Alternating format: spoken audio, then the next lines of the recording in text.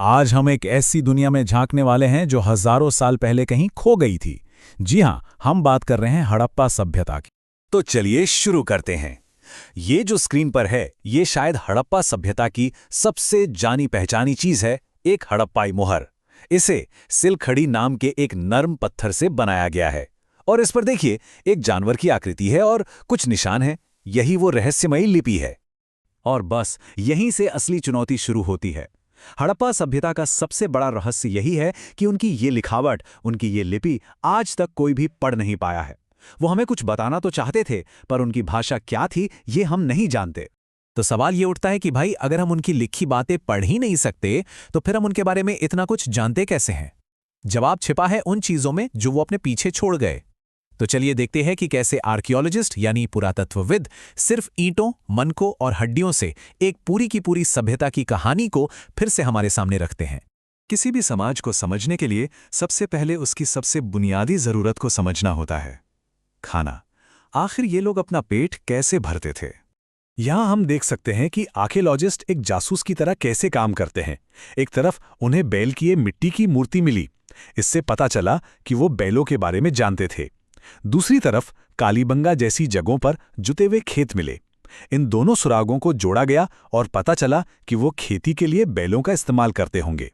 और जले हुए अनाज के दानों और जानवरों की हड्डियों से तो जैसे उनका पूरा मेन्यू ही सामने आ गया। पता चलता है कि वो गेहूं, जौ, दालें तो खाते ही थे, साथ में भेड़, बकरी और यहां तक कि हिरण और घड़ियाल जैसे जंगली जानवरों का भी शिकार करते थे। अच्छा, तो खाने पीने का तो पता चल गया, पर अब गांव की जिंदगी से आगे बढ़कर इस सभ्यता की सबसे अनोखी पहचान को देखते हैं, उनके शानदार और सुनियोजित शहर। उनकी प्लानिंग कितनी बड़ी थी, इसका अंदाजा सिर्फ इस एक नंबर से लगाइए, 40 लाख।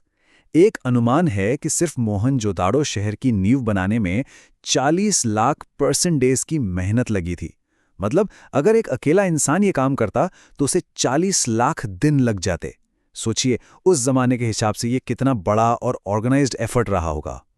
और ये कमाल की प्लानिंग हर जगह दिखती है। शहर को 2 हिस्सों में बांटा गया था, एक छोटा पर ऊंचा हिस्सा जिसे गढ़ कहते हैं, और दूसरा बड़ा निचला शहर।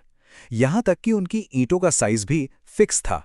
हर ईंट की लंबाई उसकी ऊंचाई से 4 गुना और चौड़ाई 2 गुनी होती थी। हर जगह एक ही अनुपात। लेकिन जिस चीज ने सबको हैरान कर दिया वो था उनका ड्रेनेज सिस्टम, यानी पानी की निकासी का इंतजाम। शुरुआती खोज करने वालों में से एक अर्नेस्ट मैके को कहना पड़ा कि ये अब तक खोजी गई सबसे बेहतरीन प्राचीन व्यवस्था है। सोचिए, हर घर की नाली सड़क की मेन नाली से जुड़ी हुई थी। चलिए, अब इस पहेली का अगला टुकड़ा उठाते हैं। इतना ऑर्गेनाइज समाज था, तो क्या वहां अमीर गरीब का कोई फर्क था? क्या कोई सामाजिक भेदभाव था? इसके सुराग हमें कब्रों और उनमें मिले सामान से मिलते हैं। तो ये समझने के लिए आर्कियोलॉजिस्ट एक तरीका अपनाते हैं। वो मिली हुई चीजों को 2 ग्रुप में बांटते हैं, उपयोगी और लग्जरी। उपयोगी चीजें वो हैं जो रोज काम आती थी, जैसे मिट्टी के बर्तन या सुइयां। और लग्जरी की चीजें वो थीं जो महंगी थीं, मुश्किल से बनती थीं और आसानी से नहीं मिलती थीं। ये फर्क यहाँ साफ दिखता है। एक तरफ है तांबे का एक सादा सा आईना, एक रोजमर्रा की चीज, और दूसरी तरफ है फेयॉन्स का ये छोटा सा बर्तन। अब ये फेयॉन्स बनाना एक बहुत ही मुश्किल और महंगा काम था, इसलिए इसे एक लग्जरी आइटम माना जाता है। और लग्जरी आइटम की बात चली है तो उनके क्राफ्ट यानी शिल्प की बात करनी ही होगी। आइए हड़प्पा सभ्यता की कारीगरी को थोड़ा और करीब से देखते हैं। ये लोग अपने हुनर के माहिर थे। जरा सिर्फ उनके मन के बनाने के काम को ही देखिए। क्या क्या इस्तेमाल नहीं करते थे वो?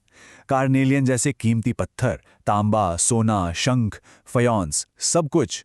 और उनकी तकनीकें भी कमाल की थी। कुछ मनकों को तो सोने से मढ़ा जाता था, कुछ पर डिजाइन बनाए जाते थे। ये सब एक बहुत बड़े ट्रेड और प्रोडक्शन नेटवर्क की तरफ इशारा करता है। और ये हैं उनकी वर्कशॉप से निकले कुछ बेहतरीन नमूने। आप देख सकते हैं कि हर मनके का आकार, उसका रंग, उसकी बनावट कितनी अलग और खूबसूरत है। अपने आप में एक कला का नमूना। तो ये पता कैसे चलता है कि ये सब चीजें बनती कहाँ थी? इसके लिए भी आर्कियोलॉजिस्ट का तरीका बड़ा दिलचस्प है। वो ऐसी जगह ढूंढते हैं जहां कच्चा माल, औजार, आधी अधूरी बनी चीजें और सबसे जरूरी बनाने के बाद बचा कुचा कचरा मिलता है। जी हां, कचरा। अब हम अपने इस सफर के आखिरी पड़ाव पर हैं और हम घूम फिरकर वापस उसी रहस्य पर आ गए हैं जहां से हमने ये कहानी शुरू की थी। तो हमने देखा कि कैसे ईंटों, मनकों और हड्डियों जैसे बिखरे हुए सुरागों ने हमें एक खोई हुई दुनिया की एक जीती जागती तस्वीर बनाने में मदद की। उनके खाने, उनके शहरों, उनके हुनर को हमने टुकड़ों को जोड़ जोड़ कर समझा है। लेकिन मोहर की ये तस्वीर हमें याद दिलाती है कि हम चाहे जितना भी जान लें, वो लोग खुद हमसे आज तक बात नहीं कर पाए हैं। उनकी आवाज़, उनकी सोच, उनकी कहानियाँ, सब कुछ उन निशानों में कैद हैं जिन्हें हम पढ़ नहीं सकते। और हम इसी एक सवाल के साथ आज की बात खत्म करते हैं। जरा सोचिए, अगर सिर्फ उनके बनाए सामान और छोड़ी हुई चीजें हमें इतना कुछ बता सकती हैं, तो जिस दिन हम उनके शब्दों को समझ पाएंगे, उस दिन वो हमें क्या क्या कहानियां सुनाएंगे। ये एक ऐसा रहस्य है जिसके खुलने का इंतजार शायद हम सबको रहेगा।